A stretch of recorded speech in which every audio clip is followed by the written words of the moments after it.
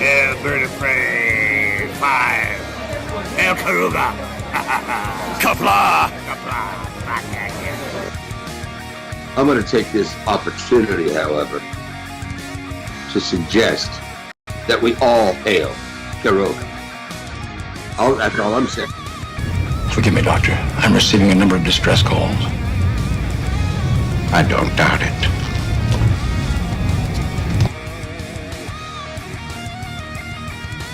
Y'all remember to tip your waitresses. Have a mighty fine night. If you come in peace, surrender or be destroyed. If you're here to make war, we surrender. Both good. The important thing is I'm meeting new people. When the appointed hour arrives, the Marauders will deactivate their cloaking devices and begin transporting Klingon shock troops directly to the landing zone. Landing zone? Where? Tell me. Why not? Your feeble weapons will be useless against us. We will kill all your males and take your females to mate with. All right. Now the Federation's taking over, whether you like it or not. You people, you've been running this planet like a piecework factory. From now on, it's going to be under one roof. You're going to run it like a business. And that means you're going to make a profit. Look at these 3 words written larger than the rest, with a special pride never written before or since. Tall words, proudly saying, "We the people."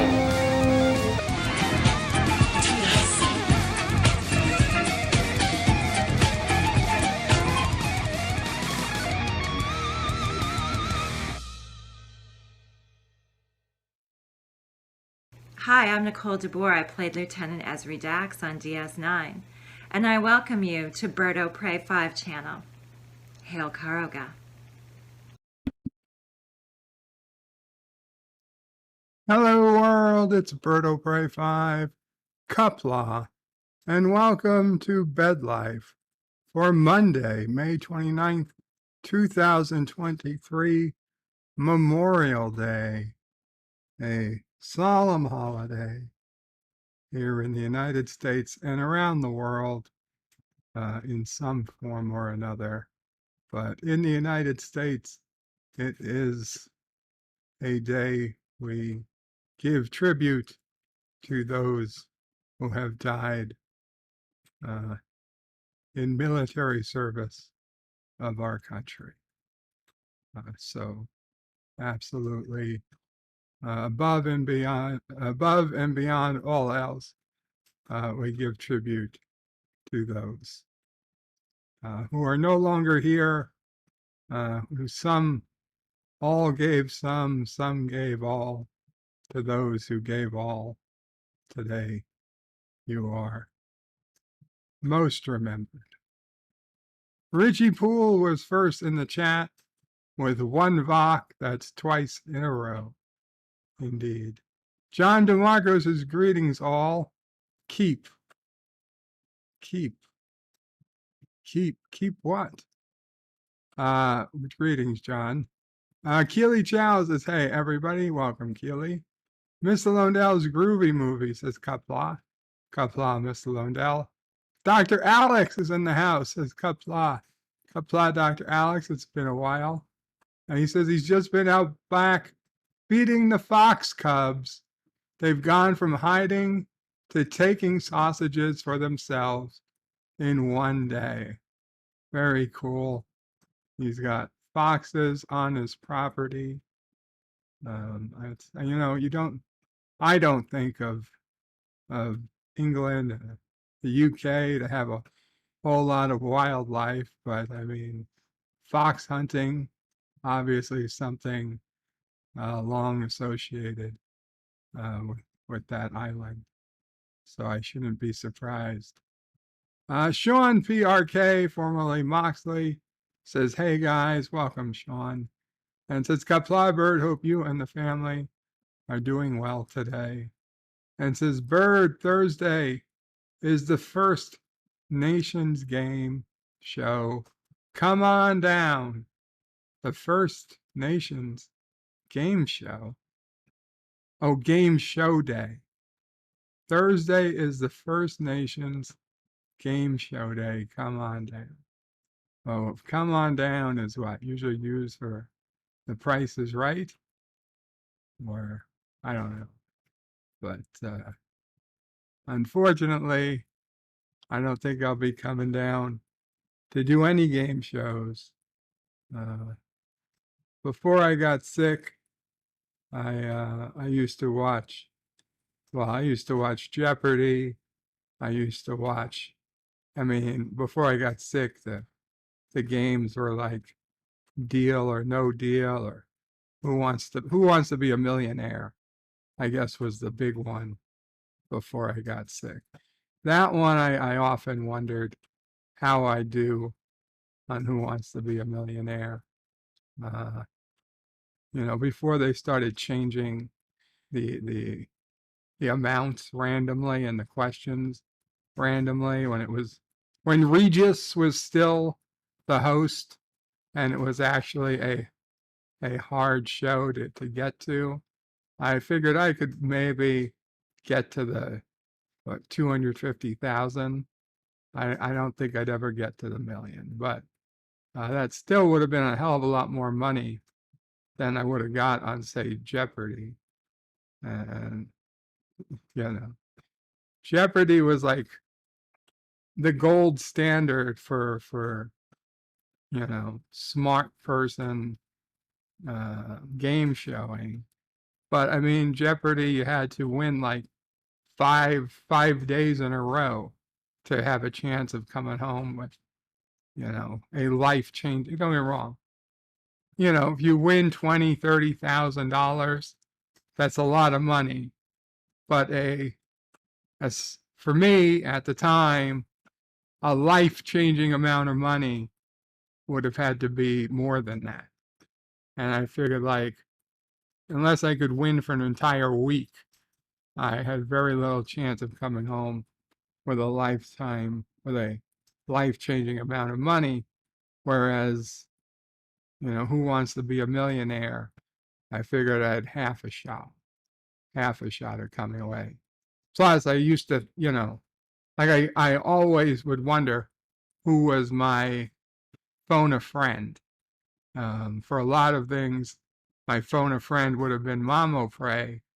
Though towards the end, as internet searches became something more useful, I had some coworkers who I knew would always be by a computer. And if I really needed to phone a friend, they would be smart enough to know, Google this shit. Don't tell anybody you're Googling it. And maybe it wasn't Google at the time. Maybe it was still Yahoo.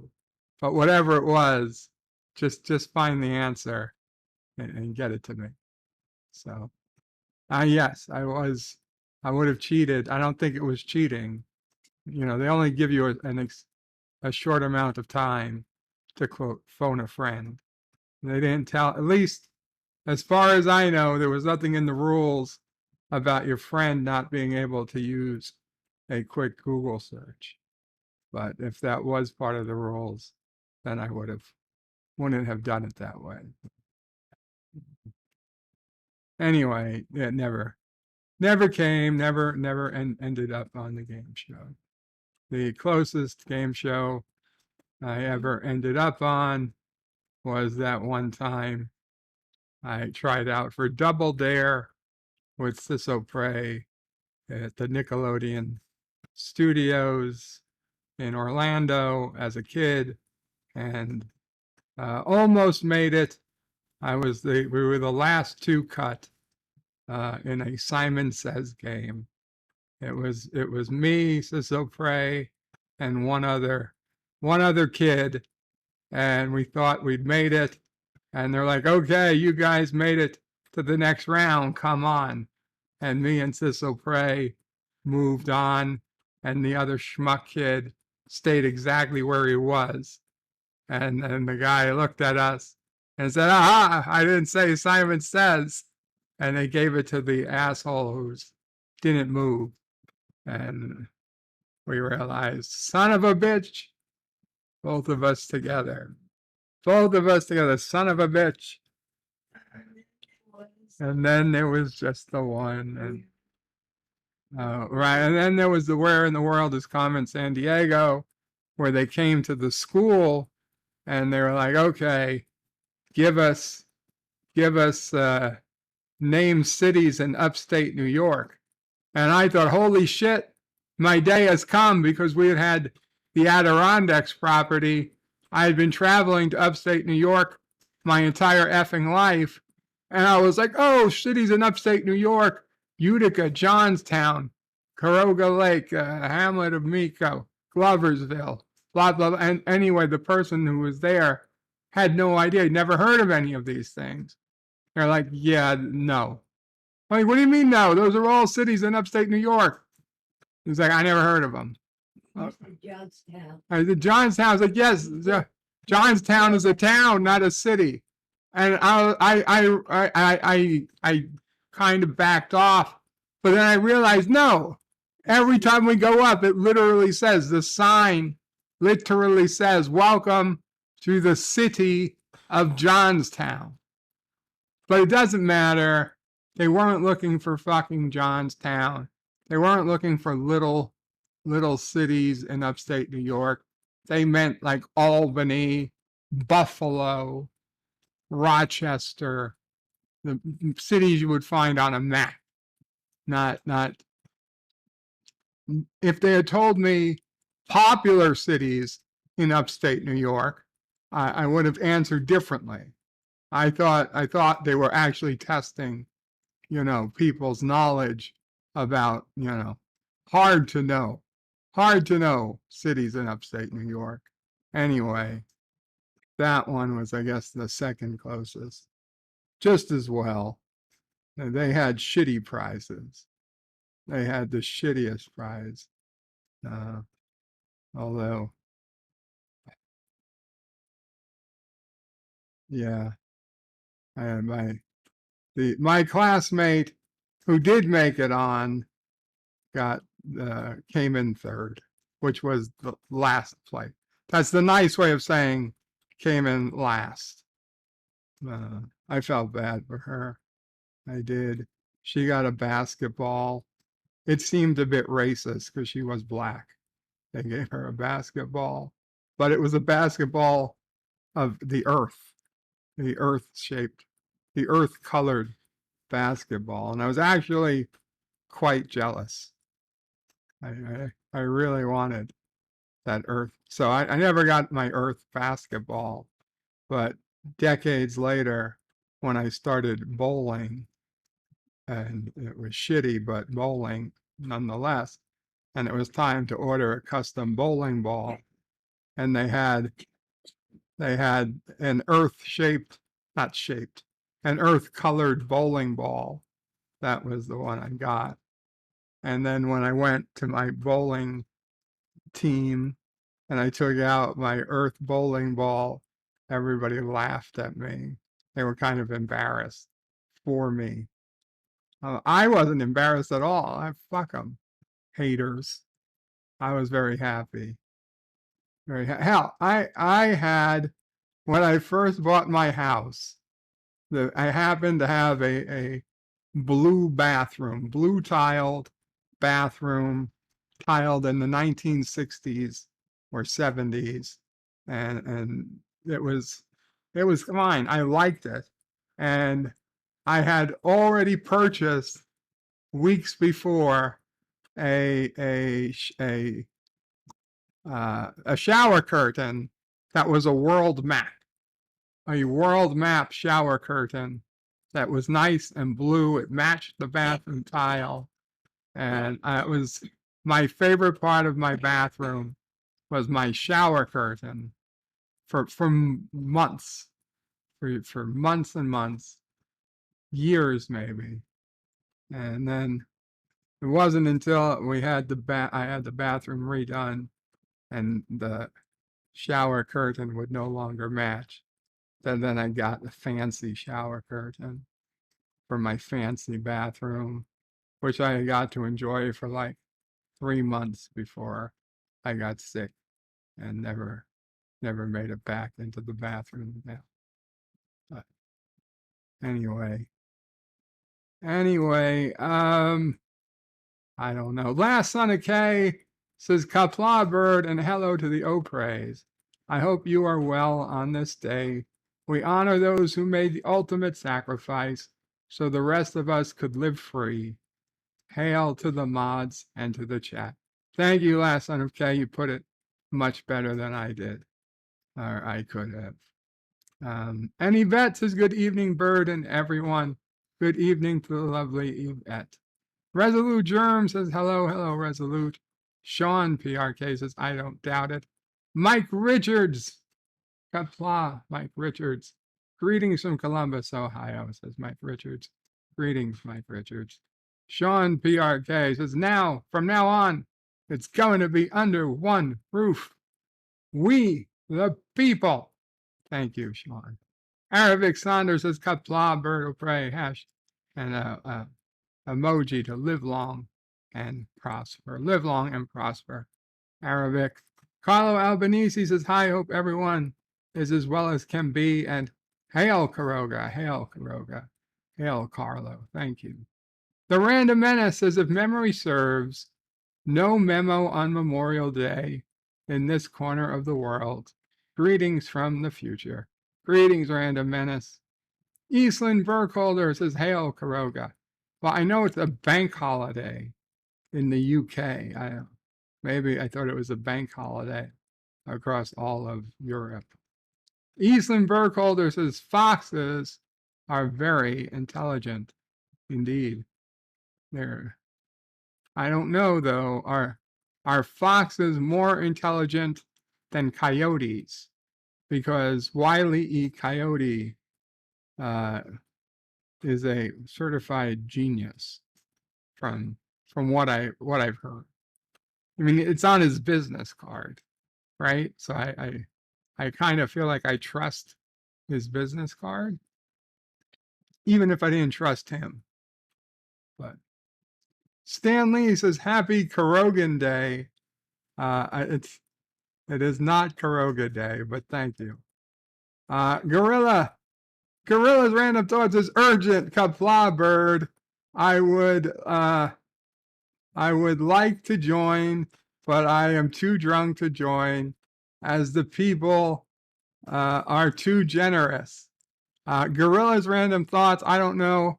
I am assuming it's still going on. Anti-Derivative Jill has been streaming since approximately 1:30 p.m. Eastern today. Got a bit of a late start because of equipment issues. Pop Culture Curator, as I will be putting into the chat, has been having a fundraising,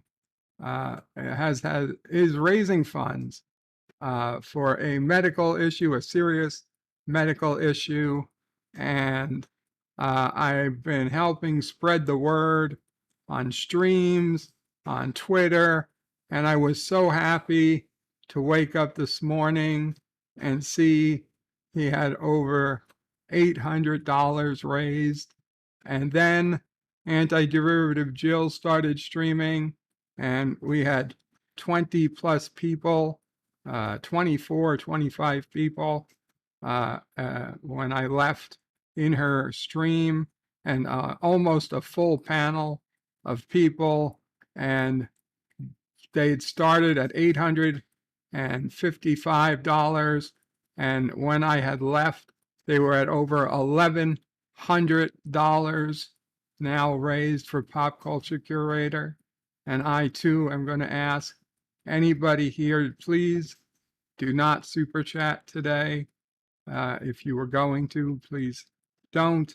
And if you haven't heard, there is a link to donate to Pop Culture Curator, and it's called a Give and Go instead of a GoFundMe. Give and Go, it's just a different service than GoFundMe, a fairer service that does less less censorship, because GoFundMe had been censoring certain causes. Now, this is not a cause that would have been censored, but just, not wanting to give business to people who oppose your philosophical, who oppose you on philosophical grounds. I understand why he preferred to use Give and Go. I used it, I checked it out. I am confident that it is legit.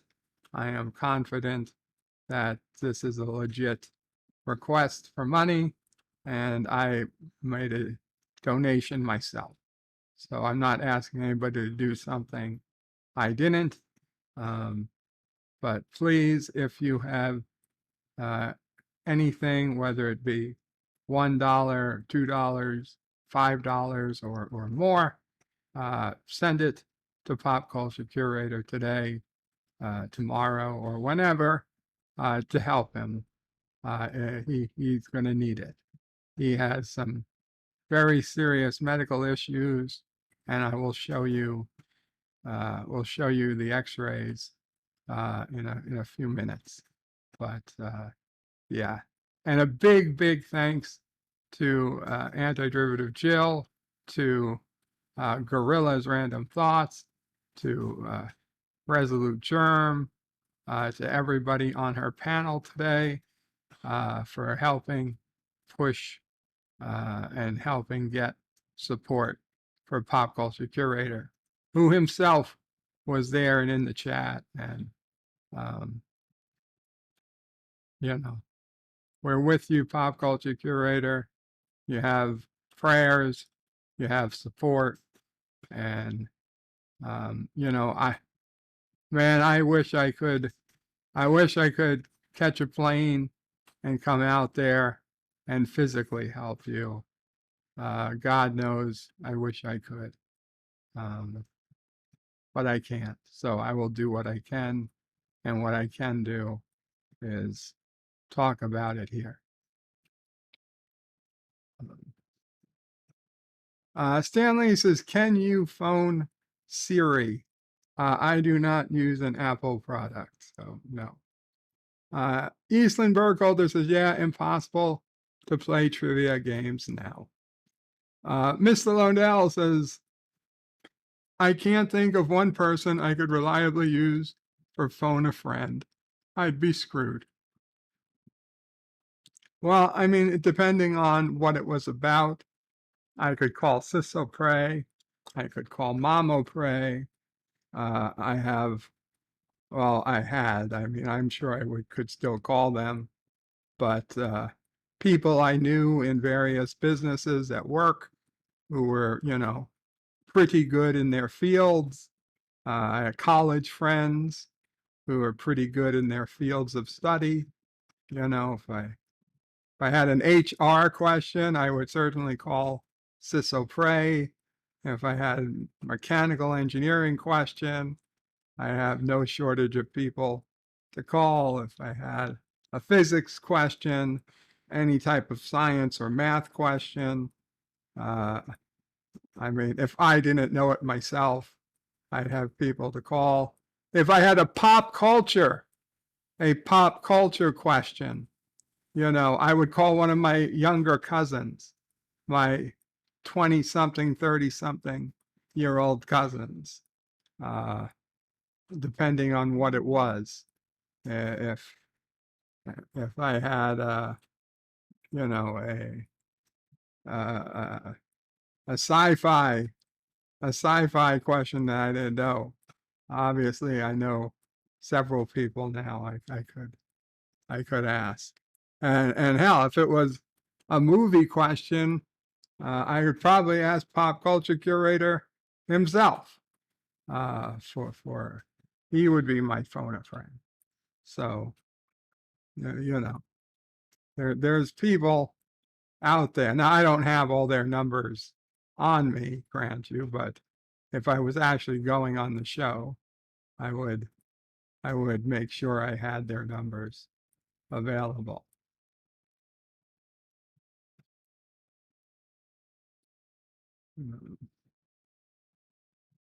Stanley says, no Family Feud.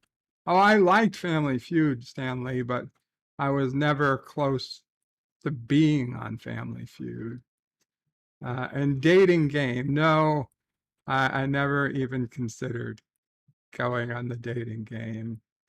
It's funny, a friend of mine, a close friend, a good friend, went on a game like the Dating Game. What was it called?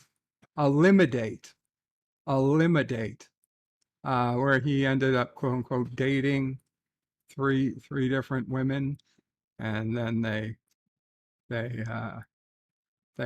would talk about it, and the one he ended up, you'd have to eliminate one woman each round, and you know, it was kind of funny seeing him on a quote unquote, you know, a game show. It was very hard to get a copy of it. Thank God I copied it I recorded it on a DVD recorder, because this was just prior, this was like early to mid 2001. I had a DVD recorder device, and I had to, I think I recorded it onto VHS and then copied the VHS to DVD. And then the DVD was the only copy we had. A decade later, when we tried to get a copy, we couldn't find a copy anywhere else. And yeah, took me hours to get the DVD copy to record properly, but I eventually I did it. And yeah, he was like embarrassed to even see it again. But yeah, to be honest, two of the women were particularly cute. Of course, he ended up with the third, although the third didn't.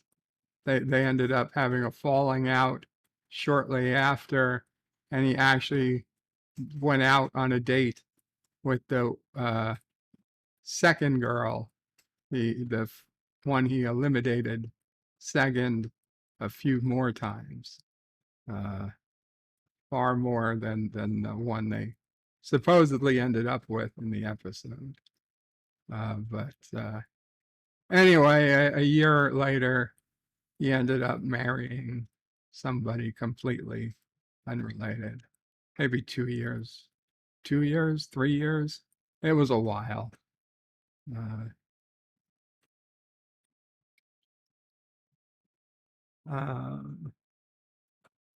Carlo Albanese says, I thought you were on a Question of Track.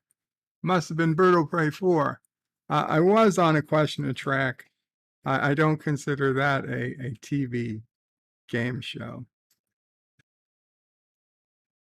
Hakeem used to love Double Dare. Yeah, I mean, well, I was a kid. We loved it too. The nastiness, the only thing is that if I recall, like at the end, you're supposed to, you play it with your parent or parents. And I mean, there was no way Dad O'Prey or Mom O'Prey would have been playing on that game show. I can't imagine either of them doing it. Maybe Mom O'Prey. So I guess they got lucky. Eastland says Bud Light is selling for 14 cents a can. I just don't believe it. I think that's probably an edited image, but maybe it is. Resolute Germ says, so Bird was cheated out of game show glory twice. I don't know that was cheated.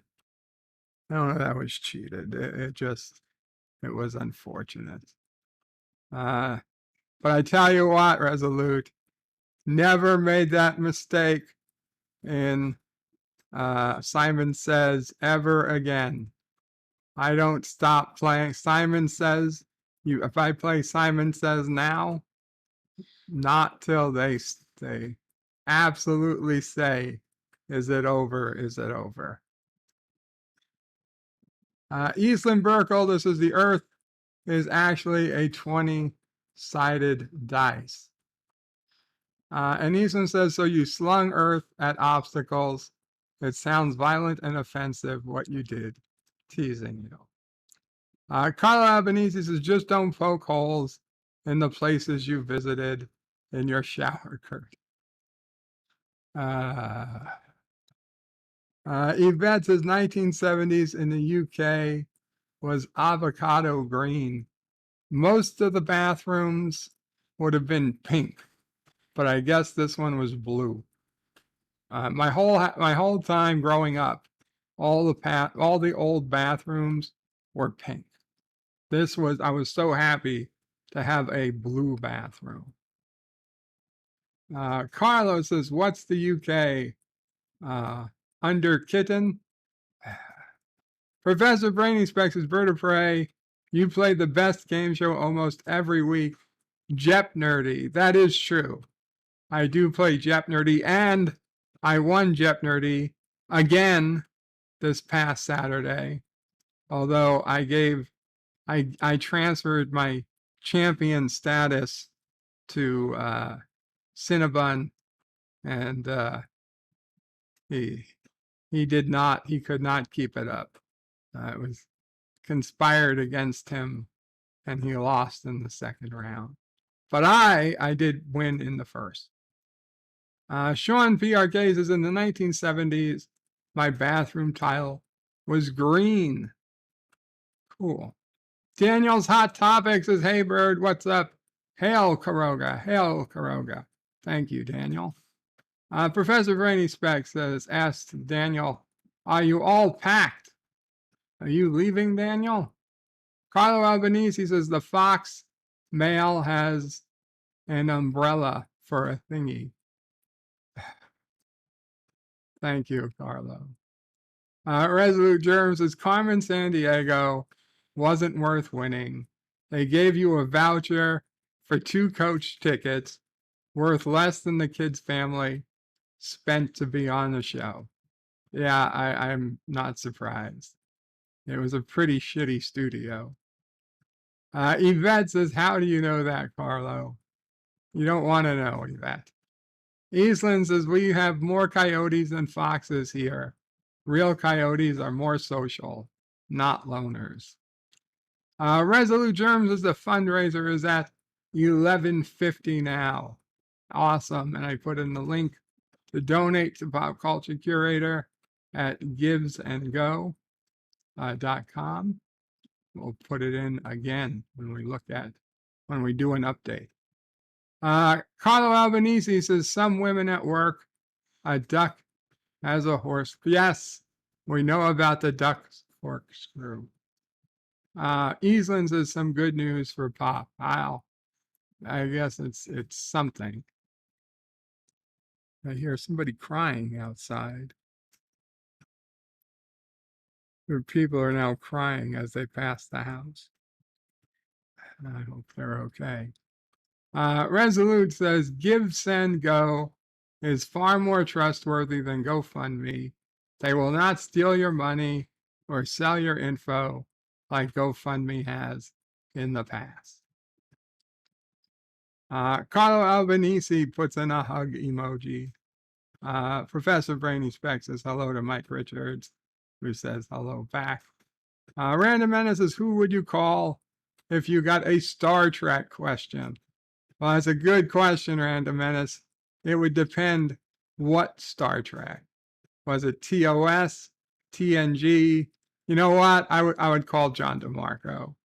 I would call John DeMarco, as long as it wasn't Discovery or Strange New Worlds question. Cody Guy waves. Carl Albanese says, I'd call Bird. He might not have the right answer, but it'll be funny to hear him panicking on the phone whilst trying to type on the computer. I don't think I'd panic. Resolute Germ says, who wants to be a Kurogan millionaire? Would be an entertaining concept. That would. Carlos says, time runs out as he finds the answer. Son of a bitch. Carlos says, that's why the Federation has a backup for a backup. Professor Brainy Specs is the random menace. John DeMarco, as long as it's prior to the Kelvin movies. Yes. Yes, good idea. Carlo Albanese says, so 2 out of 3 were better choices, but 4 of 3 was the one. Carlo says, the question of Trek was on my TV, so doesn't that count? It does to me. Jim's Landscape LLC, Kapla, says, hey, bird, and puts in a link for a video. Cool. Josh reads his Bird of Prey, you need to get this. NVIDIA News. I'll copy the link. I don't know if I copy the link. Okay. Can I click on it? No. Copy link address. Mr. CCDV. Hey, Mr. CCDV. I'm at the American Legion now, having fun swapping war stories. Thank you, Mr. CCDV, and I hope you enjoy your time at the Legion. 47 Yorktown says, hello, young sir. Hello, 47. Hello. Okay, so let's go to pop culture curators medical needs campaign. Let's see, when I last reloaded, it was $1,125, and now up to $1,150. And we're going to give out a link once again. So this is Pop Culture Curators, medical needs. And just so you guys understand the seriousness of what he's dealing with, these are the MRI and X-rays. This is his spot on his lung, and this serious is a cyst in his brain. This is not a joke. This is some serious stuff. This is not going to go away overnight. This is not going to be quick. In a best case scenario, he will recover, and he will recover completely. In a best case scenario, it will be a long time. In my non-medical, yes, it will be quite a while before we know what scenario he ends up with. Still waiting, as far as I know, on the results of the X-rays, and I mean, I don't need a degree in medicine to know that this is a serious issue. It's going to take time, and time, as they say, time is what he doesn't have. He has to pay rent. He has to take care of his dogs. I mean, his dogs mean so much to him that they are part of his avatar. Yitzhak asks, what do you care the most about in life? And that's what he puts when Yitzhak makes you an avatar. So that's why Pop Culture Curator, he's got his dogs with him. Me, I had Sassy and Charlie in one avatar, Mama Prey, as me, Sassy, Charlie, and another avatar. These are the things. So the most recent donations were from King Dolphin Television, Nerdporio Lifeform, Bruce Lombardo, an anonymous donor, Mike Lorber, the casino, the comic relief crusader, Captain Fandom Nerd, Tony Stark, Matt G, Admiral Teague, Resolute Germ, Ari Babel, Mark Harkness, Agent Pepsi One, Douglas Oberg, Sean C, the Phantom Boomer, another anonymous donor, John DeMarco, Nina Green, Gary Ambrosia, and kept going. Show more.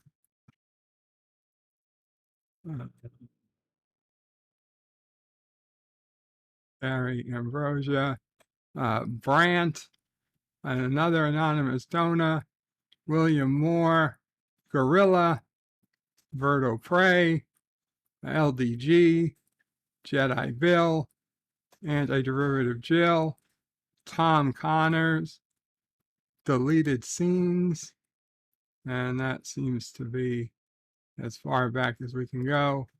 Now, if you do give a donation, you can put up a name, a custom name, but you can't put a number. That's why it just says Berto Prey instead of Berto Prey 5. So if you have a number like Jedi Bill, just put in Jedi Bill, not Jedi Bill 797. So just be aware. If you give, it asks, well, what name do you want it listed on it? Just be aware you can only type in letters. It doesn't allow you to type in numbers. And if you cannot give, then by all means, what you can do is still share. You can just copy the link at the top and paste it into your Twitter or your Facebook and just help get it out there. That would be great. Hit follow. You'll get updates if you want. You'll get updates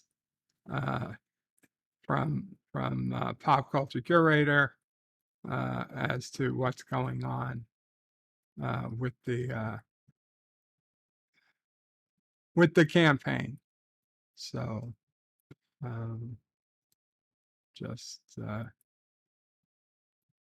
this is off to a very good start, but if you can help, it would be appreciated, because he's going to need it. He's going to need the help regardless.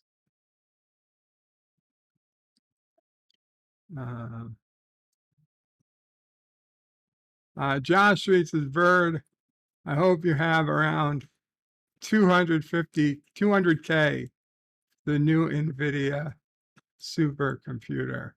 Yeah, let's go check out this NVIDIA computer. I do not. NVIDIA announces DGX GH200 AI supercomputer.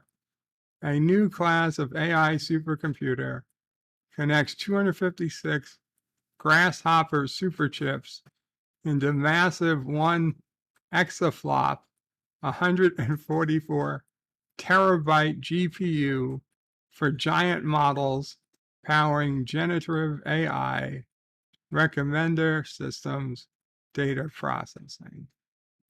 Computex, NVIDIA today announced a new class of large memory AI supercomputer, an NVIDIA GDX supercomputer powered by NVIDIA GH200 Grasshopper superchips, and the NVIDIA NVLink switch system.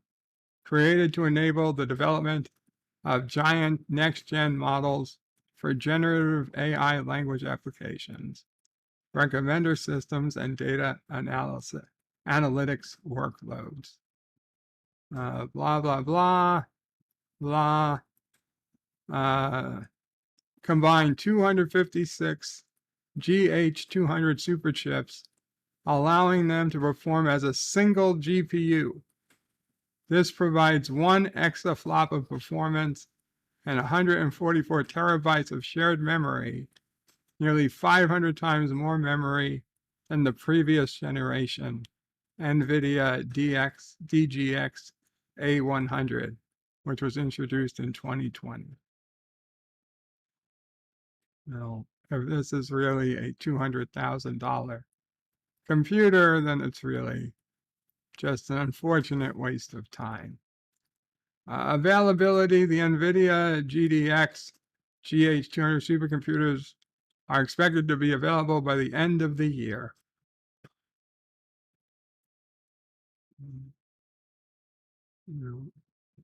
Yeah, it's a bit much, a bit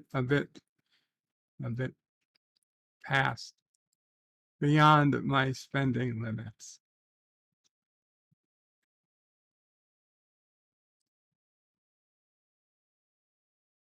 Resolute Germ says, if anything else, leave a message for pop culture with the pray option. Yes, if you can't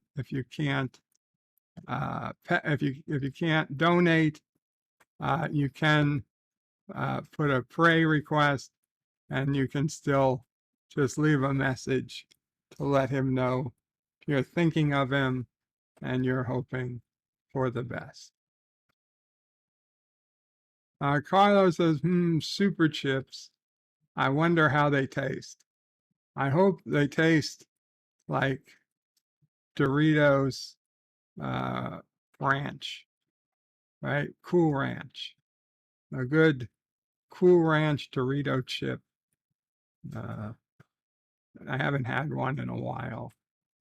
Now I wish I had some. Resolute says LDG must never get his hands on this technology. Don't worry. I don't think LDG is in any risk of being able to afford $250,000 supercomputer.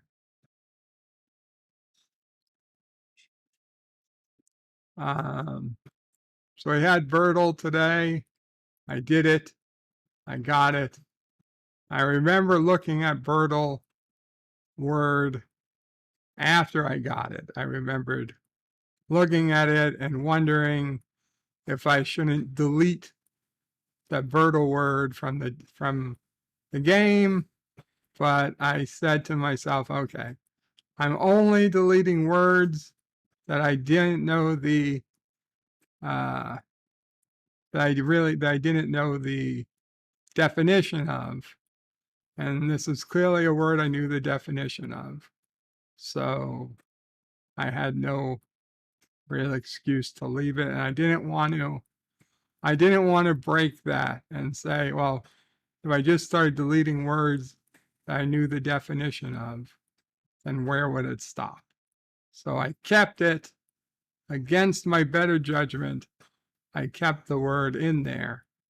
And for most people, it seemed to be just fine. But for some people, it was a tough word today. Okay, we will do real Wordle. Okay, real Wordle. This is the New York Times Wordle. So guys, put in a 5-letter word, the first 5-letter word. As always, I will use to start. Carlos says, so 90% of the English dictionary is deleted. Well, I'll tell you, I had clearly eliminated about 90% of the English dictionary by the time I finally got the word. Miss Londell is giving me the word poise. Poise. And wow, you gave me 3 letters in the right place. 3 letters in the right place. So there's just 2 letters I need. Louse,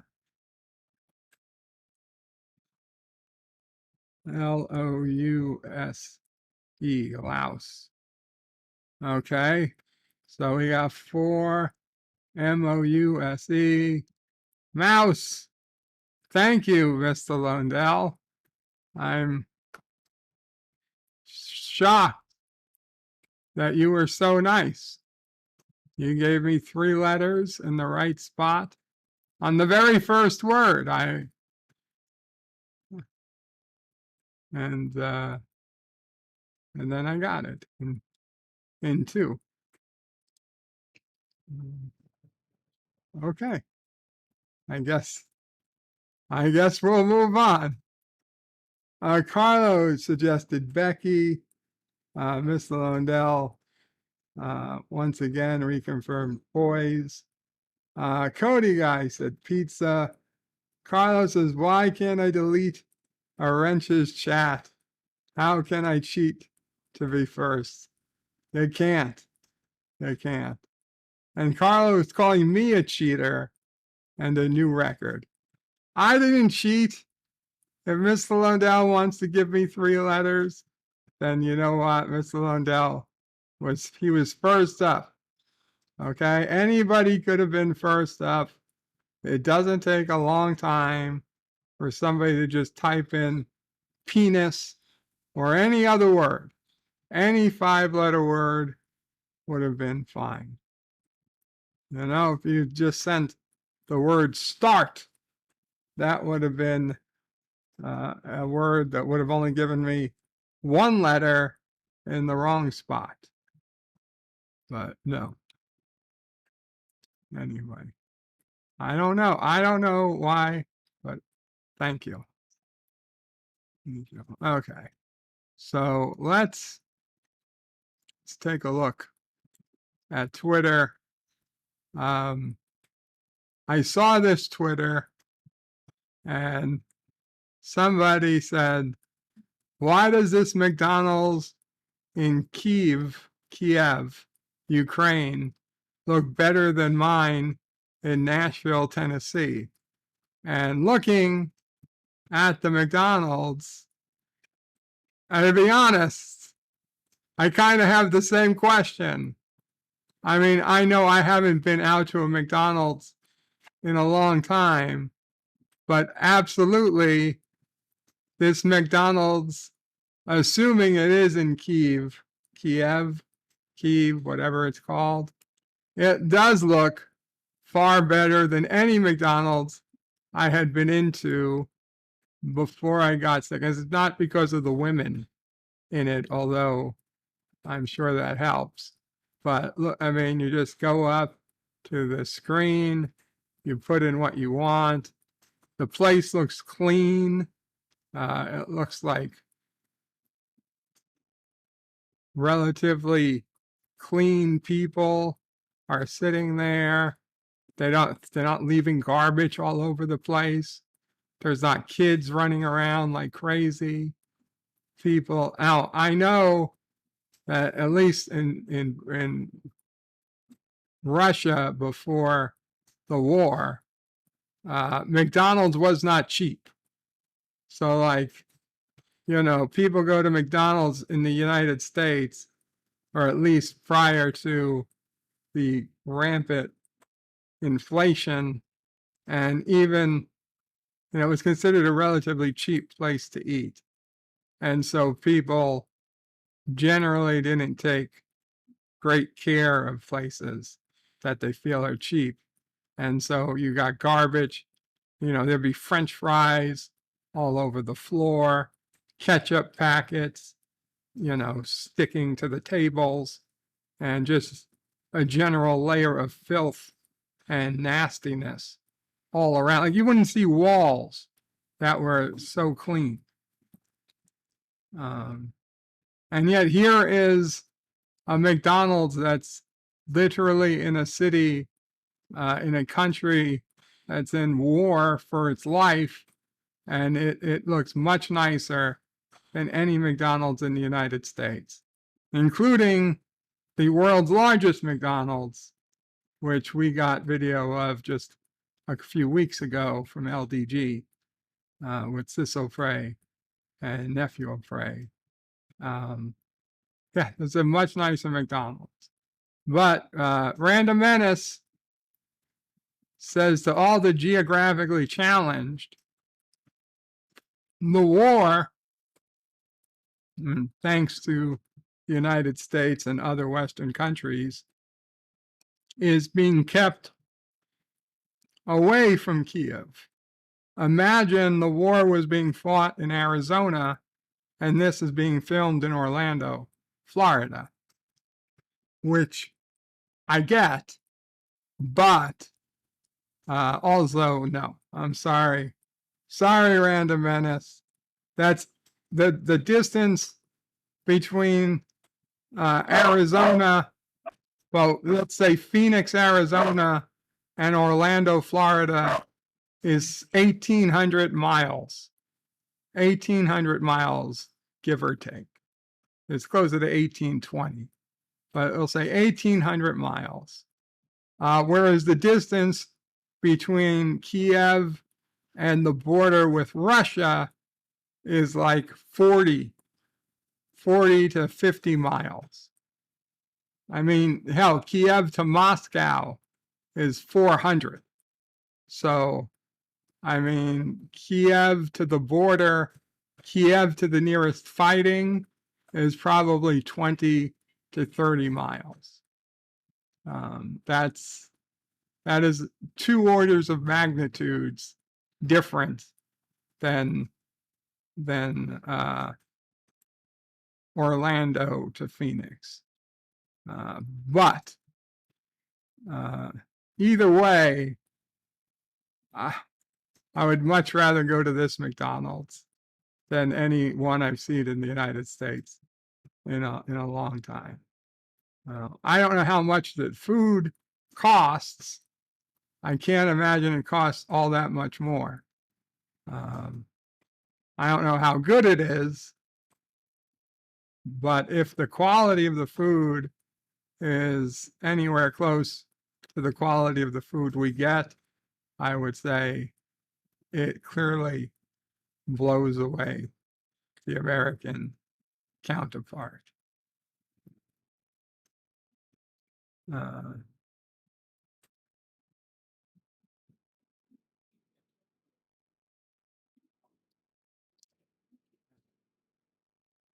We've got a lot of people supporting Pop Culture Curator. Yeah, apparently China did not like the Little Mermaid remake, and people were saying, well, the Chinese are racist. That's the only obvious reason the racists didn't want to go see Halle Berry as the Little Mermaid. But at the same time, the Chinese did go to see Fast X, which is the Fast and the Furious 10 movie, which also has an extremely diverse cast. So, yeah, I guess it just doesn't make sense.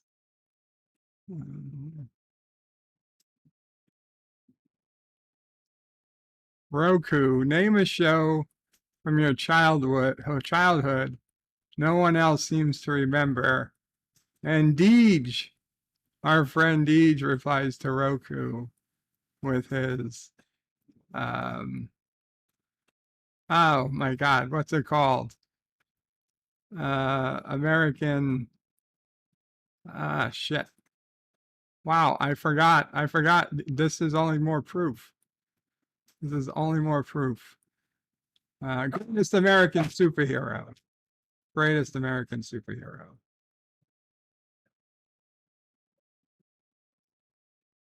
Resolute says that was too damn fast. This is why you're supposed to cheat. Carlos is joking. I never would, or would I? Carlos says, not if I can't delete his chat. Carlos says, wow, it's so damn clean. It must be the first day of opening. And all the screens work. It must be propaganda. Mr. Londell says, maybe Ukraine respects other people's property more than a lot of Americans do. I agree. The Random Menace says, McDonald's in Europe look like this. Maybe are even more stylish. You will find some of them in historical buildings. Sorry, America. Well, and McDonald's isn't in Russia anymore. I understand that, Carlo.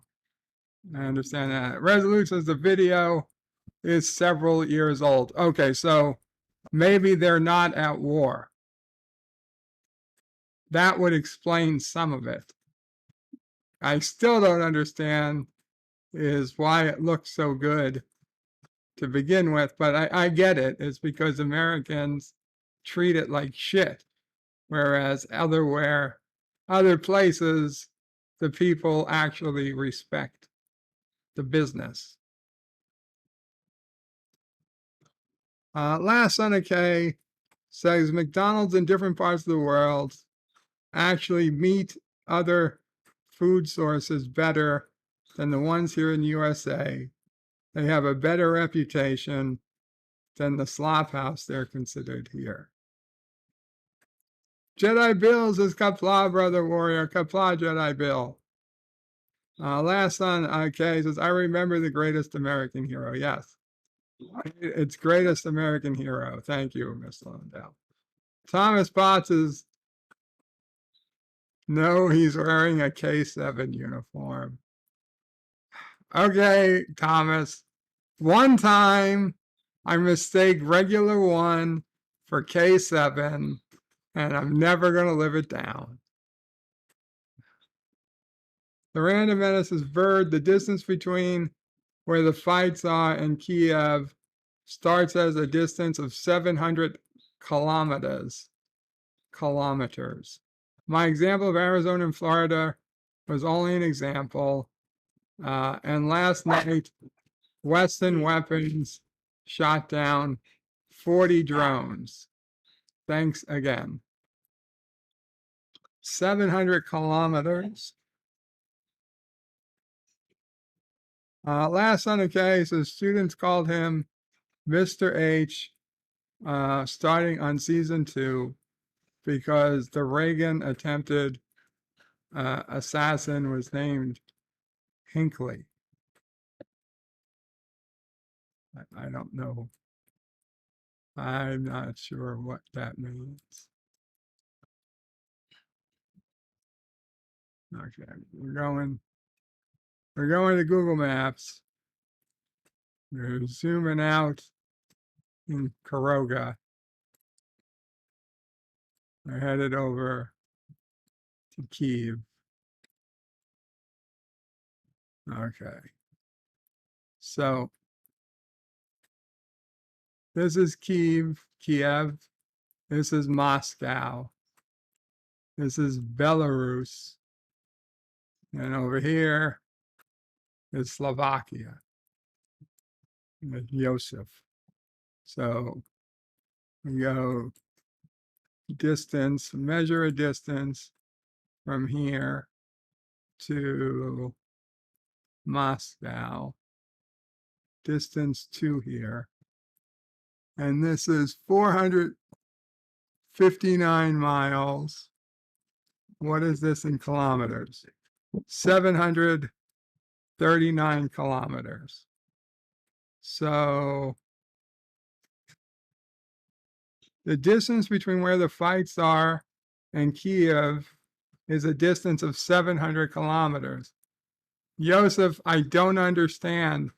How is it possible that the fighting is 700 kilometers away from Kiev? I mean, it's Belarus, which is a Russian puppet state, and I know the Russians are up against the border of Belarus. I mean, it's literally 100 kilometers from Kiev. Maybe if you go over here, 300 kilometers, 200 miles. I don't understand how it could be 700 kilometers. That would be it wouldn't even be. I mean, all of Ukraine, that's way outside the borders of Ukraine. Maybe I'm wrong.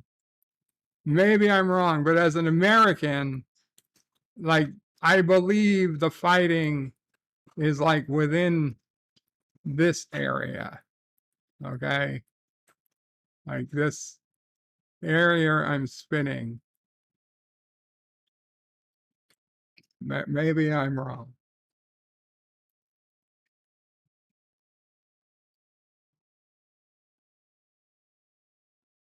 Last on the case is read that. Bruce Lombardo of Dick's Division says, "Hail, Berto Prey 5. Anti-Derivative Jill said you were streaming."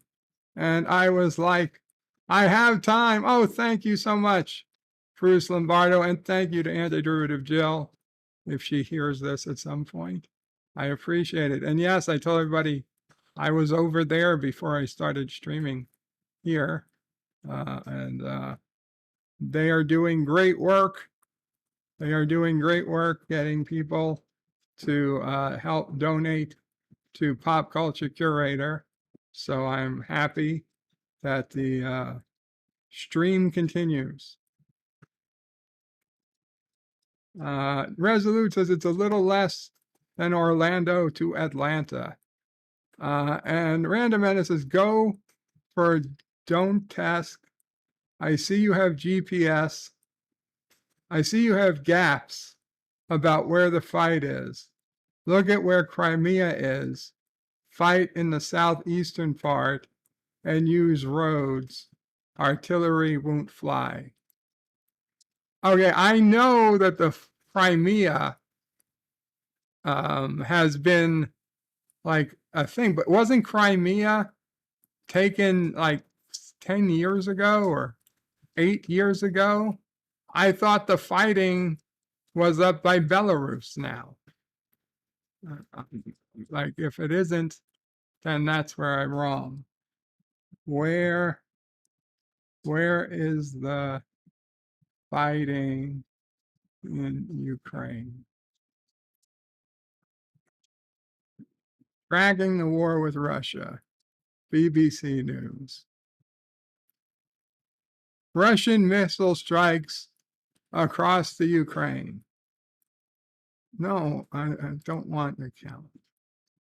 So there's been missile attacks in Kiev. Russian military control. Okay. So that's okay. That's down there. Limited Russia military control. Held or regained by Ukraine. Russia annexed in 2014. Okay, so Russia took over this part of Crimea in 2014. And now Russia has taken the rest of this. Okay, so there isn't fighting. I mean, they showed me video, I thought, of Russian tanks and whatnot all on the Belarus border, and that they had attempted to come down to Kiev. And I thought they were on their way. According to this, not so much.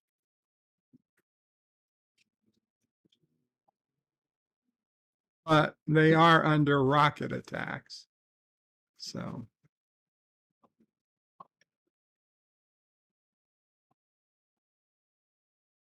Okay.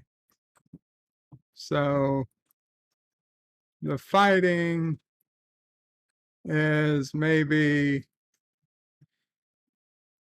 300 miles, which is still quite a distance, but it is not Phoenix to Orlando. It's Orlando to Atlanta.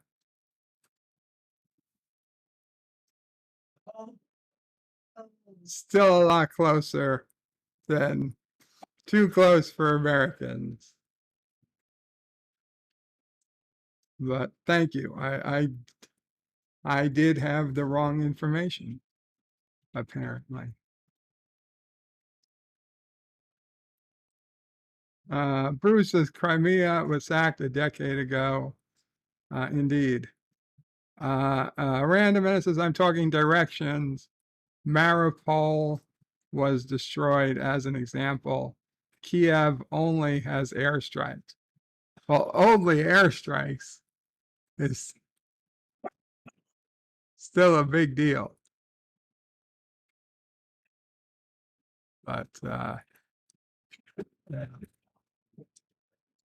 gotta say, if that's an old video, I get it. If that is a recent video, I am impressed by people's ability to carry on with quote unquote normal life.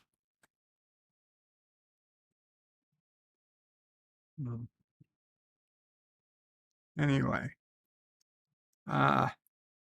it is obviously today Memorial Day. The unofficial start of summer, but remember the heroes who made it possible.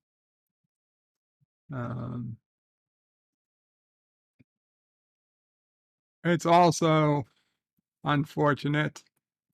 Learn about Composting Day, a terrible day to mix with Memorial Day. It's Decoration Day, which was what Memorial Day was previously called.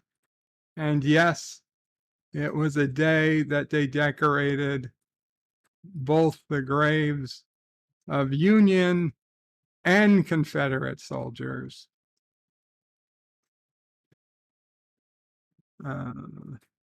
It's International Day of UN Peacekeepers for some reason. It's Mount Everest Day. Mount Everest Day is an opportunity to celebrate the mountain and its brave climbers. I would disagree. I do not believe the mountain climbers of Mount Everest are brave. The first ones were, don't get me wrong. But these days, it's way too commercialized. You don't go up Mount Everest because you're brave. You go up Mount Everest because you're an asshole. Sorry, not sorry. National Alligator Day. Get a little wet and wild with our not so friendly neighborhood lizards. National Biscuit Day in the UK. Those are cookies, not biscuits. Get your taste buds ready for National Biscuit Day. Right here, right now. National Hydroxyapatite Day. Get your toothbrush ready and don't forget your floss to celebrate National Hydroxyapatite Day, if you say so. National Paperclip Day. The paperclip in its various forms, shapes, and sizes has been around for a little under 2 centuries. I used to play with the paper clips. make chains and chains, paperclip chains, as long as the eye could see. Every paperclip in my house, every paperclip in my desk at school, any paperclip I could find at work, they would have hundreds and hundreds of paper clips, and I would just sit there for hours putting the paper clips in a chain. It's National Snail Day. Hey, Kronos. It's a day for Kronos, although he's a slug. Kronos is our slug. But National Snail Day. National Snail Day is celebrated to show appreciation for snails and their many benefits.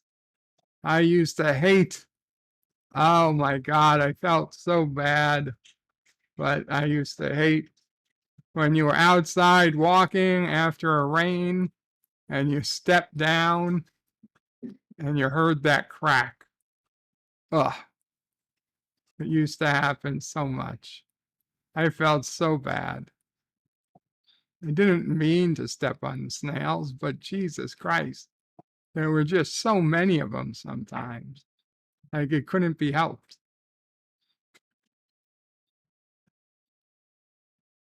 It's Oak Apple Day. Today is Oak Apple Day, so get your oak apples and oak leaves ready. I have never heard of an oak apple. Do oak trees make oak apples? Huh? I don't know. I never heard of Mama Pray, never heard of them either? No. Okay. Oak apple? Oak apple. I guess we're going to look it up. Oak Apple Day is an annual British holiday. That's why. Held on May 29th. The Oak Apple holiday is a yearly celebration to commemorate the restoration of His Royal Highness King Charles II to the throne in the 1660s. The celebration honors the quick wit of King Charles II, who escaped soldiers by seeking refuge in an oak tree. The British monarch was restored to the throne and brought an end to the Puritan Commonwealth, which had been introduced in 1649. The holiday also commemorates the founding of the Royal Hospital in Chelsea, founded by King Charles II. So your king was smart enough to hide in an oak tree. Wow, His Royal Highness. Okay, well, that is one funny holiday. Put a, I don't know. Put a pillow on your fridge day. Put a pillow on your fridge day is meant to bring you prosperity and good fortune. Put a pillow on your fridge day is celebrated on May 29th, and it's meant to bring you prosperity and good fortune.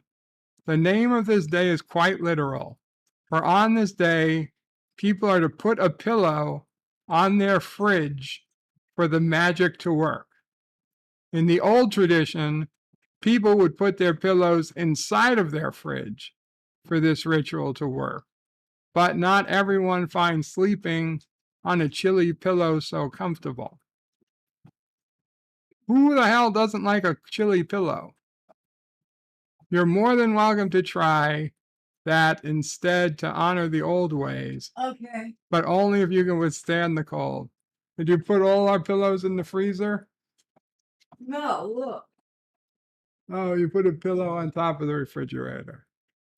Okay. Now we'll be rich.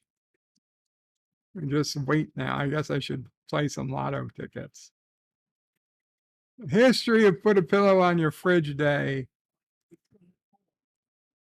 Pillows have come a long way from their rustic origins. It is believed that pillows have existed since 7000 BCE in early Mesopotamia. Back then, they were made of stone.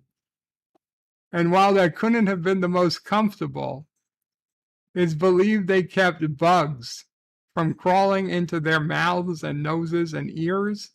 Oh my God. Egyptians believed that the head was the seat of spiritual life and used different materials like marble, ivory, stone, ceramic, and wood as pillows. Those were terrible choices. The ancient Greeks and Romans created pillows that were closer to what we use today. Common people of the time used materials such as cotton, straw, reeds, and while wealthier citizens stuffed their pillows with soft down feathers, despite the change in comfortability, people didn't use them as often, especially those who couldn't afford the extra expense. Carlo Albanese with a £2 sterling super chat. Thank you so much, Carlo. Says it's pillow money. Oh, thank you.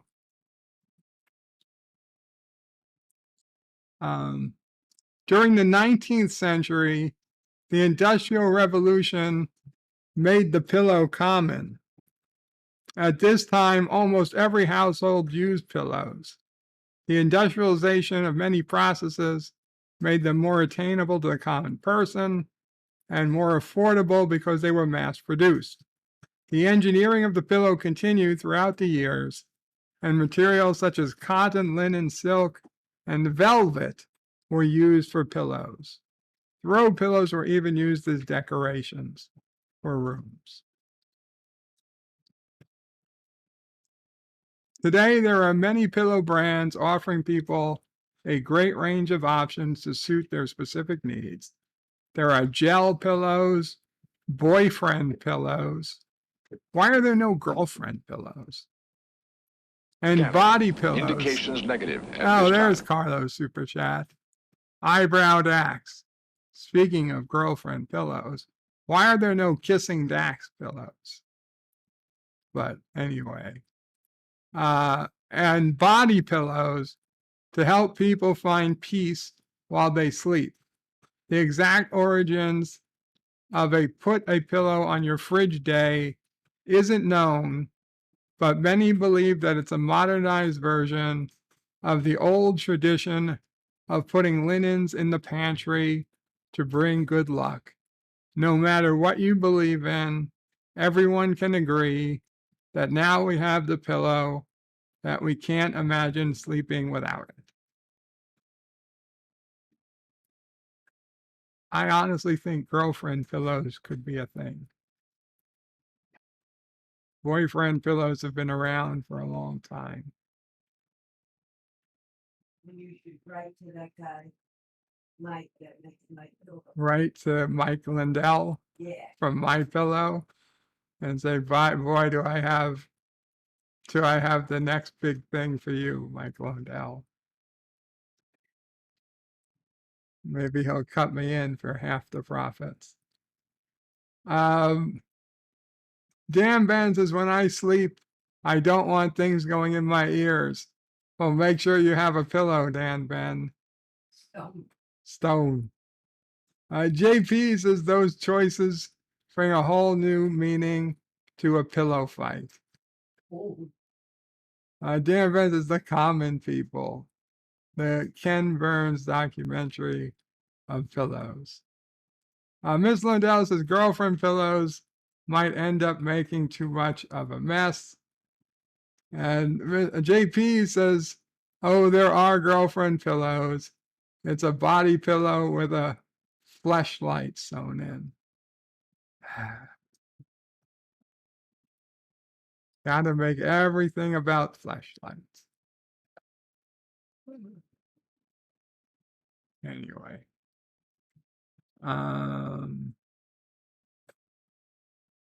Oh, and it's World Digestive Health Day. Help us educate people on digestive diseases on World Digestive Health Day.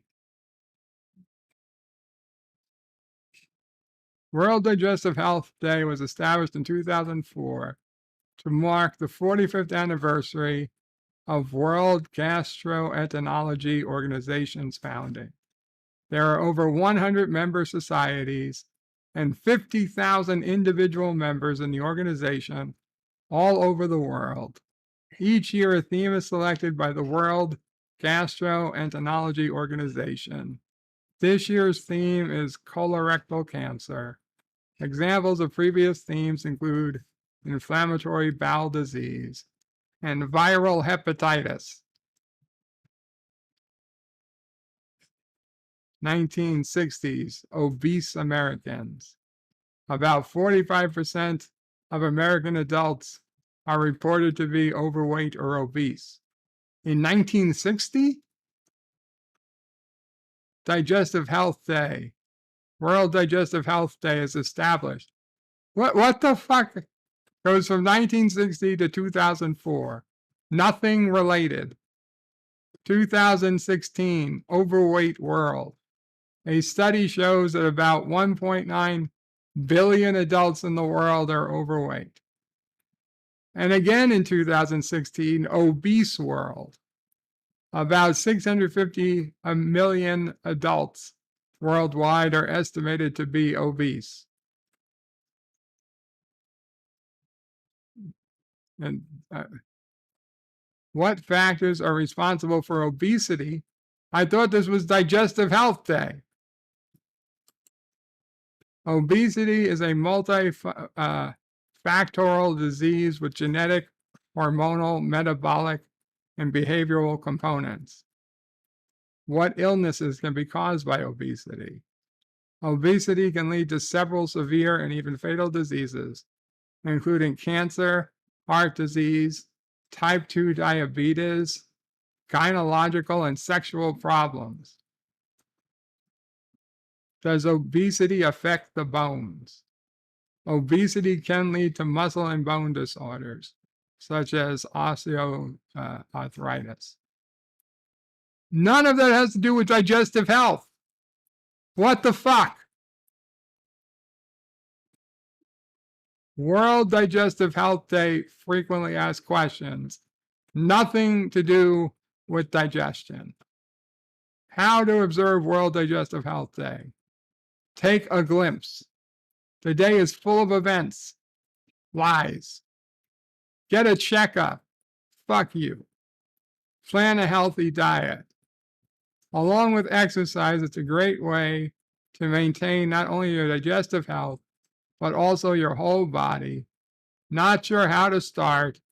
There are some great resources online to help you begin the process. Not a link. No links. Just do it. 5 facts about obesity you should know. 1, on the rise. The rate of obesity has almost tripled between 1975 and 2016 worldwide. Children. In 2019, about 38 million children were overweight or obese. 3, obesity kills. Obesity leads to many deaths around the world. 4, cardiovascular diseases. Obesity is a proven cause of cardiovascular diseases, such as heart disease and stroke. And 5, prevention. Obesity is a condition that can be prevented with a healthy diet and exercise regimen. Again, nothing about Digestive Health Day. Why is Digestive Health Day so important? It saves lives. Spreading research and useful medical information about symptoms and treatments of various diseases is an enormous benefit. People who spot illnesses earlier can get the needed treatment and be safe. You did absolutely nothing to give symptoms or treatment or tell people how to spot diseases earlier. It helps professionals. The holiday supports medical research, which helps professionals learn more. More knowledge about digestive health improves the health sector as a whole,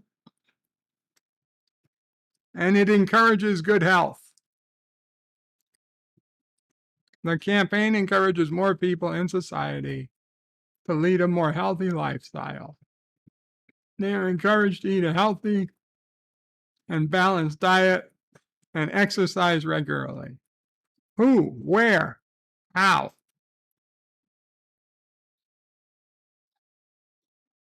This is a very annoying day.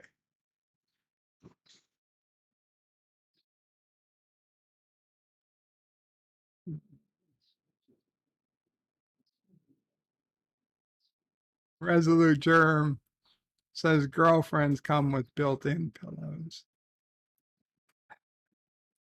Dan Ben says if you want a Kissing Dax pillow, you just order a pillowcase with the picture on it and put it on the pillow.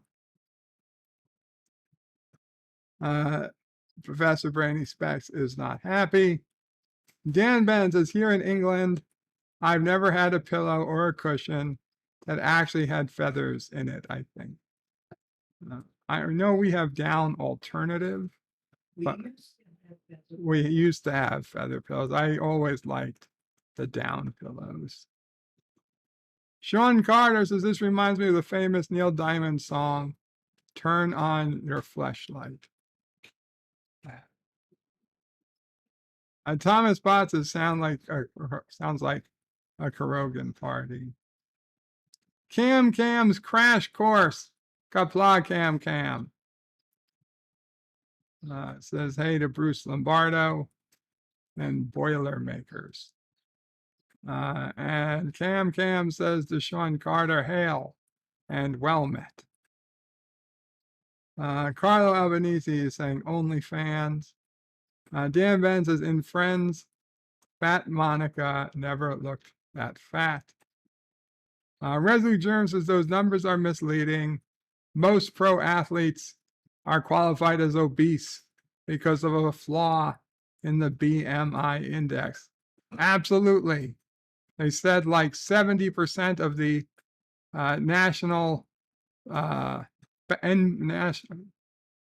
not NBL, the Basketball Association, or NBA, like 70% of the NBA is freaking obese, and 99% of the NFL is obese. The Random Menace says Resolute Germ BMI is BS. Carlo Albanese says, don't call me fat.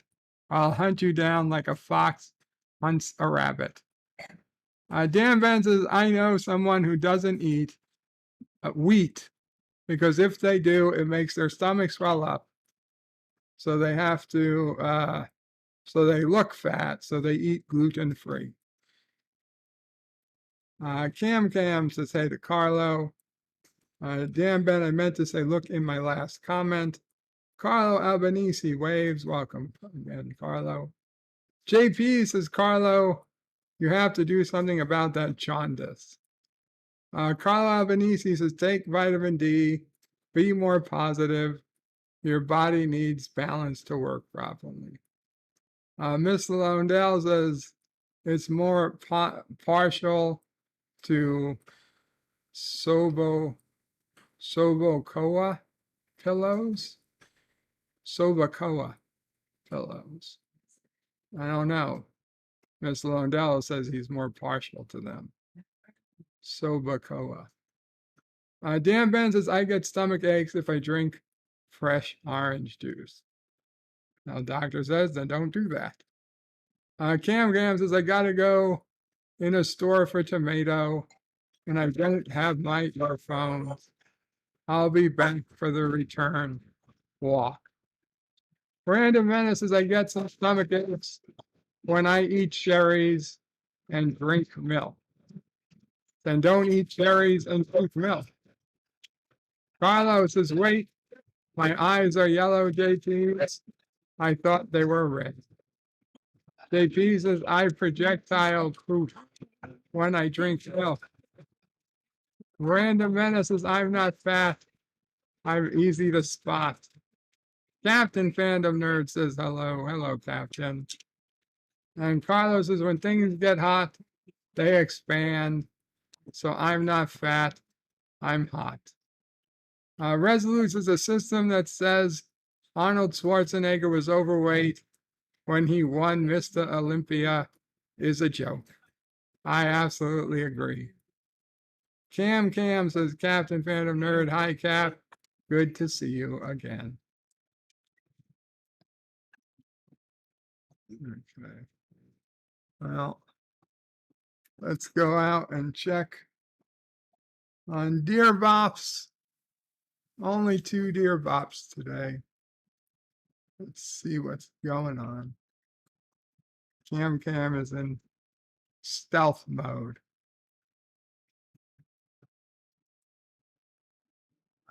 Dear Bop, urgent news. Fish don't drink water. So the urgent news was a debate going on with LDG earlier in the week. I was a little angry at him for using the term urgent, when he was just using it as a way to get people to watch Mr. Lundell's Cinema Saturday stream. On Saturday, he put a stream that said urgent news about Mr. Lundell. And then he deleted the stream, as he often does. So I saw that stream, and with everything that had been going on the past few weeks, obviously I thought the worst.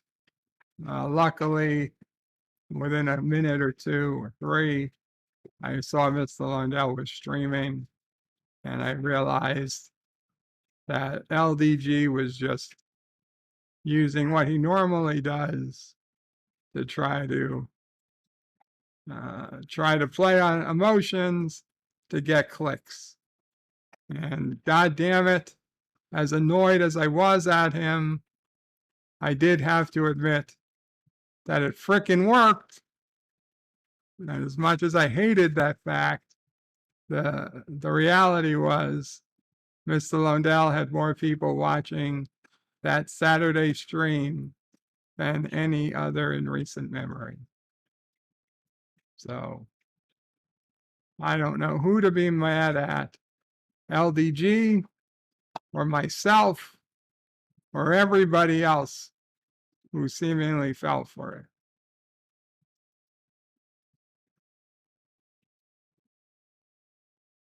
Carlo Albanese says, why do 2 perfect women want you at the same time, but for the last 38 years, nothing?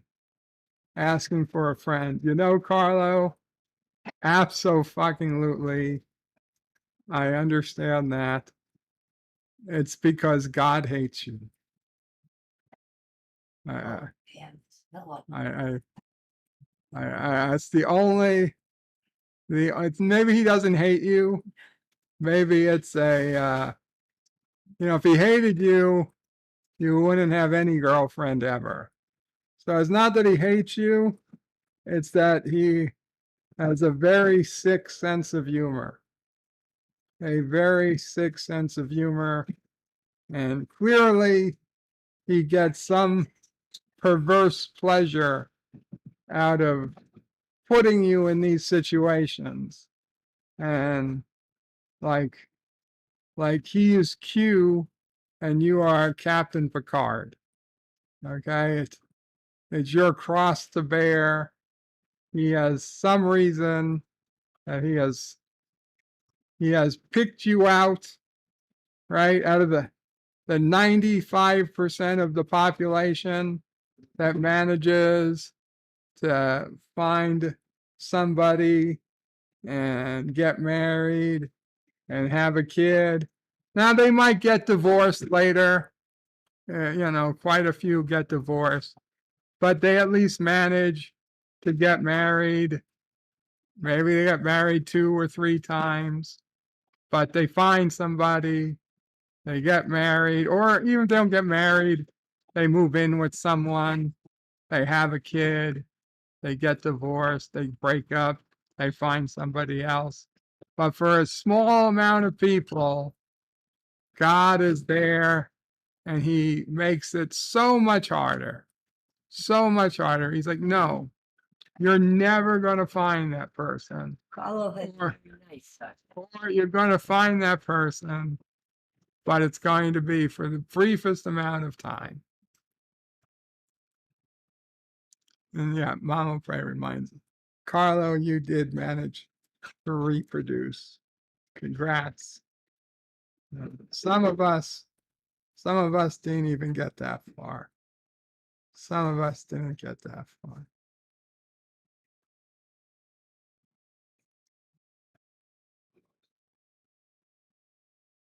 JP says, yeah, it was supreme clickbait cheese. Dan Ben says, I get a stomach ache when I use certain toothpaste, not that I swallow it. Dan Ben says, you wait ages for a bus and then two come at once. I guess so. Professor Brainy Specs is getting even angrier. Carlos is so glad it's not me. I don't want God to hate me. Stan Lee says, damn, I'm flailing bad at Wordle today. Well, I got Wordle pretty quickly, but to be fair, Mr. Londell gave me a very easy word to start with. I got 3 letters right from the start. You didn't go stupid, Stanley. You didn't go stupid. Some Wordles are harder than others. And you can always go with Birdle if you don't want to play Wordle. Carlos says, dear Bob, I do okay, just never with anyone I felt was perfect for me. Well, Carlo, that's still a lot better than some of us. Dear Bob, digestive health deals with eating. Eating too much makes you overweight. Duh. Well, there's a lot more to digestive health than just overeating. Stanley says, I might try starting with the word from the day before. And he also does both, Wordle and Birdle. Resolute says, God doesn't hate you. He's just over the human race and all its shit. Dear Bob, with all the economic pressure nowadays, I need to make some extra cash. How can I make some money like an ultra successful YouTuber like you? Yeah, I wouldn't call myself an ultra successful YouTuber. In fact, I'm down 20 subscribers in the last 30 days and probably close to 50 subscribers now from my most recent high of 4 or 5 weeks ago. Yeah. And I have so many ideas for video. I have plenty of ideas for video, but every time I start to do one, I have a problem. I run into an issue. I don't complete it. I feel like I'm going to do a video and it's the things I want to do videos on. Yes, they're Trek related, but I don't know. I feel like if I do this video, it's going to be more of a problem. And then there's the whole my channel. Do I want to transition? Do I want to transition to being a live stream channel? I mean, obviously 90% of the content I make, 99% of the content I make these days are all live streams. But then as soon as the live streams are over, I unlist them. So to YouTube, I've got virtually no new content.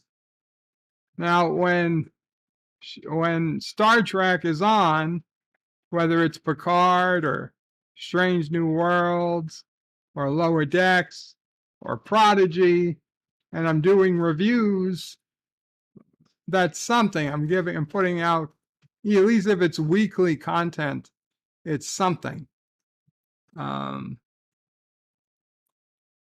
You can't grow your channel if you're not putting out a video at least once a week, 2 or 3 times a week minimum, really.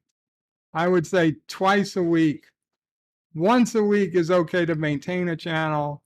2 times or more a week is needed to grow your channel. And I'm not doing that. So I kind of wondering if I shouldn't just accept the fact that I'm going to be a live stream channel more than an upload channel. And if I do have anything I want to upload, maybe I upload those on the Bird of Prey 5X channel. And I keep my live streams on the main channel. I've got to figure this out. I got to figure it out soon. But yeah, I just don't know. I would say probably do the opposite of what I'm doing. I mean, hell, look at Jedi Bill. His channel keeps growing and growing, and mine is going in the opposite direction. JP says no transitioning. Carlos says don't try, just do. We love the bird. Thank you, Carlo. Thomas says stop unlisting your streams. I may have to do that, Thomas. I may have to. Resolute says everything about getting a producer. Bird, they can get you to complete those projects. No, I tell them to fuck off. Resolute says God doesn't hate you. He's just, I read that. Arabic says your Trek reviews are good though. And Strange New World Season 2 is coming. I know. But I can always list them on Bird of Prey 5X and just keep my live streams on the main channel.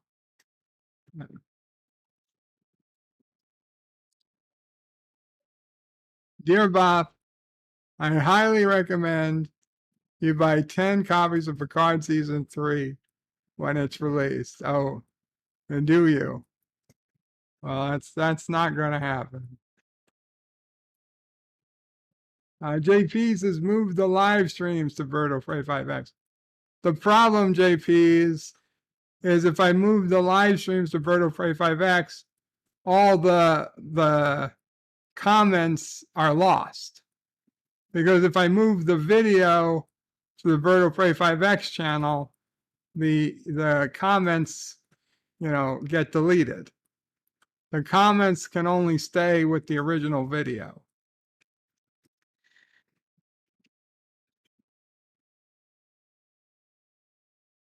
Thomas, do a Borg series since Salty abandoned it. Gorilla says, hey, I'm here. I'm drunk, but here. Well, welcome, Gorilla. I hope you're not too drunk. And dear Bob, do you have any tattoos or will you get one later? I do not. I do not have any tattoos. I do not plan on having any tattoos. No scars. Mama phrases, I have plenty of scars. I got a lot of scars, but no tattoos. Thank God I never got a tattoo because if I did, it would have withered away now. My skin is so much less stretched than it used to be. Yeah. Yeah, no, I'm not a tattoo person. I don't anticipate to get one. If I had to get one, like somebody put a gun to my head and said, "You got to pick a tattoo," I would get a Klingon symbol on my shoulder or something, my forearm. No. The Klingon three triangle thing with the circle around it, Klingon Empire symbol. I would get that. Or I'd get one that said Mamo Frey.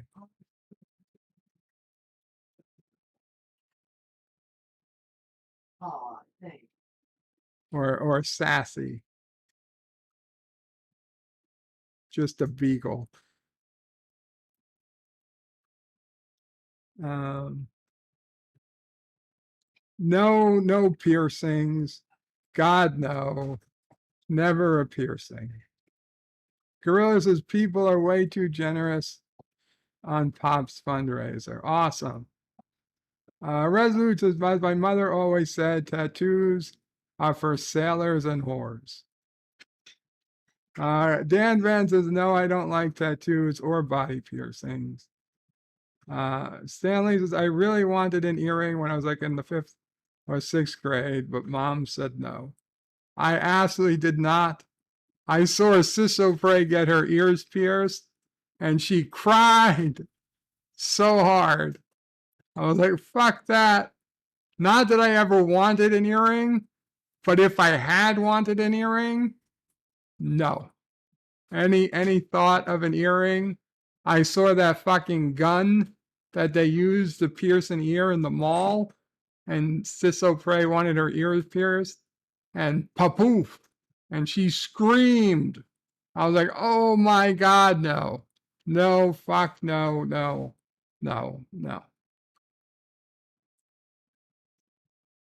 JP says, I have a friend who's a tattoo artist. Will come and make a visit. No thanks. Cam says, I got to cook dinner for the parents. Awesome, Cam. That's wonderful. Carlo Albanese says, I think Bird should make his own Trek. The last man on the Enterprise trying to find the switch to turn off the lights. I think it could last 6 seasons. Arabic says, did you find a nice ripe tomato? Cam.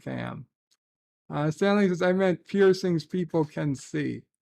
Yeah, no piercings that people can see, and no piercings that people can't see either. Thomas says, wow, Bird knows what a Klingon symbol is, huh? Har.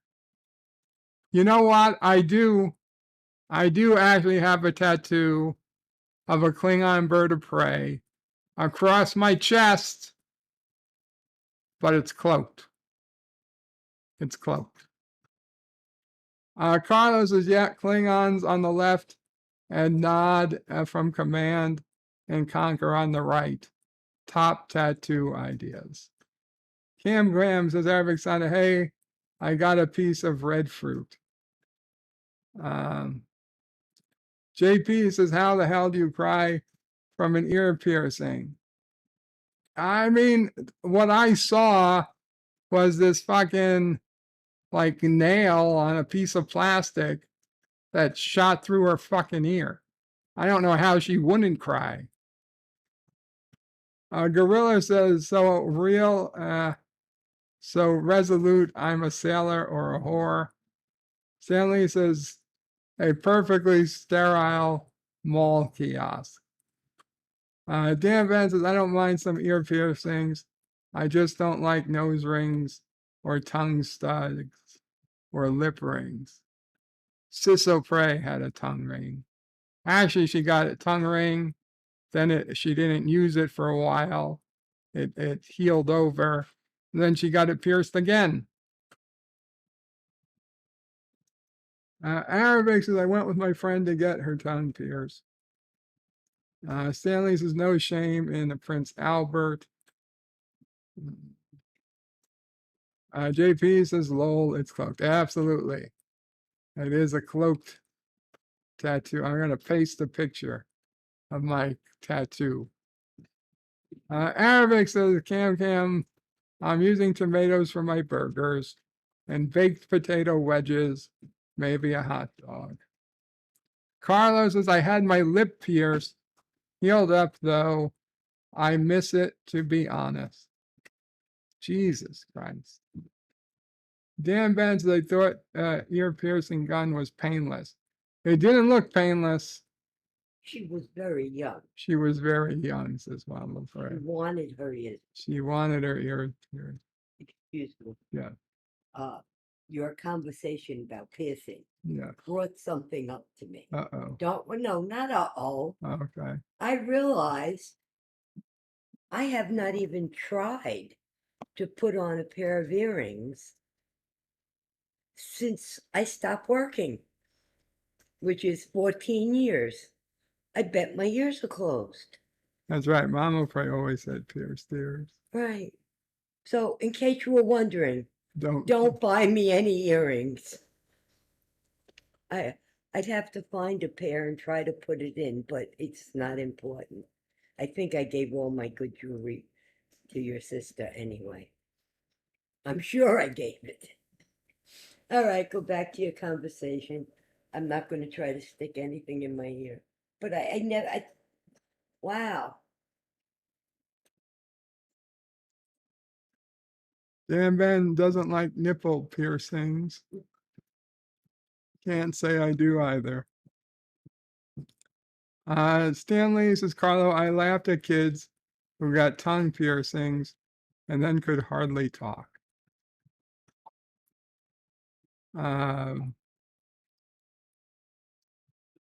Stanley says, nose piercings, they all look stupid.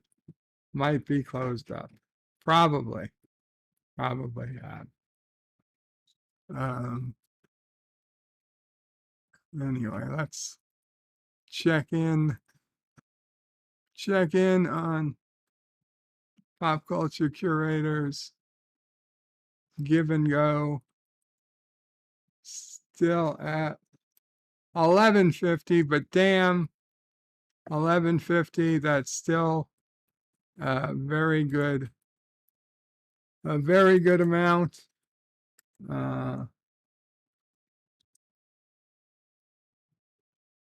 Give to Pop. There is the link again.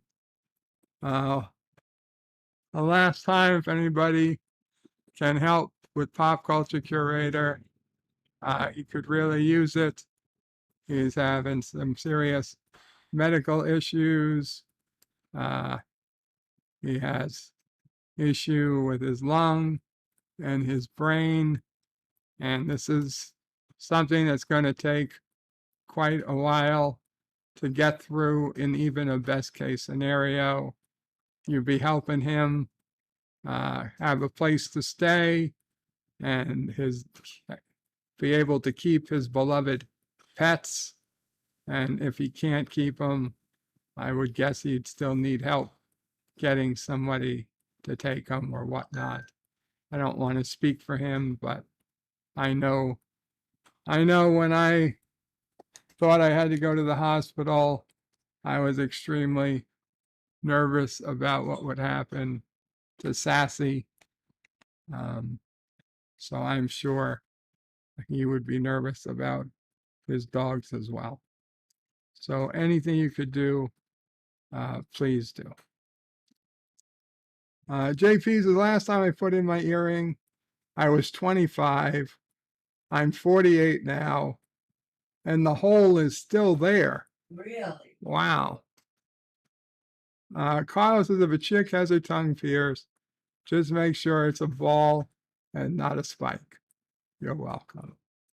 Stanley says, and then you have to wear those nose studs or else you'll whistle whenever you breathe. Stanley's has moved to Canada. You can get a clip-on, says Dan Van. Resolute says, Carlo, if a chick has a spiked tongue piercing, you don't need to worry. She's not into guys anyway. You know what? That sounds about right. That sounds about right. With that, guys, I think we'll call it a day here. Thank you all so much. Happy, happy the way to say it. Have a blessed Memorial Day.